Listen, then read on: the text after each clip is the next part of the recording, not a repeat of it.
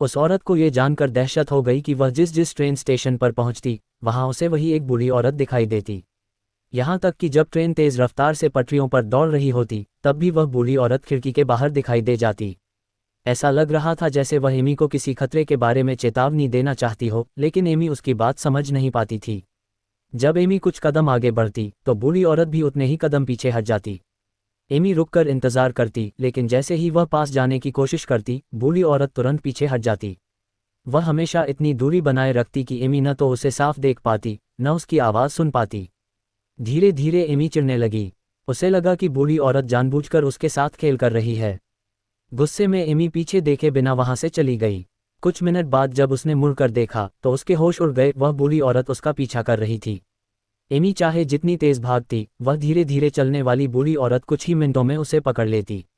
Amy घबरा गई। तभी पास से गुजर रही एक महिला हाइकर दिखी। एमी को लगा जैसे उसे कोई मसीहा मिल गया हो। उसने जल्दी से उस महिला से मदद मांगी और कहा कि वह बूढ़ी औरत से बात करके पूछे कि उसे कोई मदद चाहिए या नहीं, क्योंकि जंगल में अकेले रहना एक बुजुर्ग के लिए खतरनाक था। दयालु हाइकर ने बिना सोचे समझे हाँ कर दी। लेकिन जैसे ही वह बूढ़ी औरत के पास पहुंची और बूढ़ी औरत ने कुछ कहा, हाइकर का चेहरा डर से सफ़ेद पड़ गया। वह एमी की ओर दहशत से देखती हुई वहां से भाग गई। अब एमी पूरी तरह डर चुकी थी।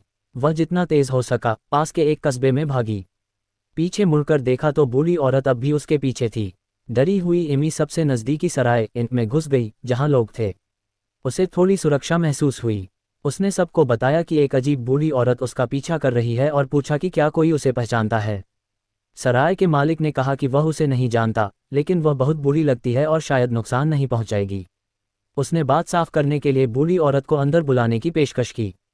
लेकिन जैसे ही सराय का मालिक बाहर गया और बूढ़ी औरत ने उससे कुछ कहा, वही डरावनी घटना फिर हुई। वह मालिक भयभीत होकर पलटा और भाग गया। एमी अब पूरी तरह टूट चुकी थी। उसने तय किया कि वह रात भर सराय में ही रहेगी।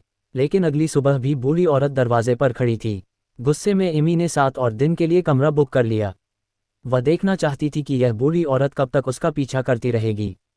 लेकिन 5वें दिन सराय की मालकिन ने एमी से जाने को कहा। बूढ़ी औरत की मौजूदगी से ग्राहक डर रहे थे और वह सराय मालिक जिसने बूढ़ी औरत से बात की थी रहस्यमय तरीके से गायब हो चुका था।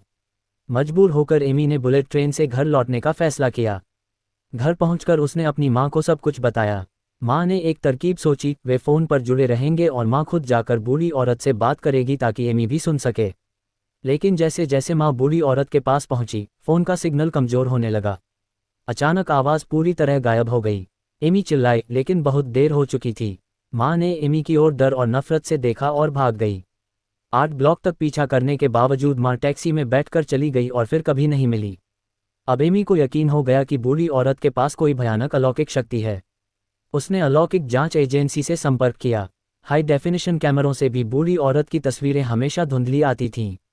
जांच में पता चला कि बूढ़ी औरत हमेशा एमी से ठीक 73 गज करीब 66.7 मीटर की दूरी बनाए रखती थी। वह दूरी जहां इंसान न साफ देख पाता है न ठीक से सुन पाता है। स्पेशल फोर्स को भेजा गया, लेकिन जैसे ही बूढ़ी औरत ने कुछ कहा सभी सैनिक जड़ हो गए और फिर डर के मारे पीछे हट गए।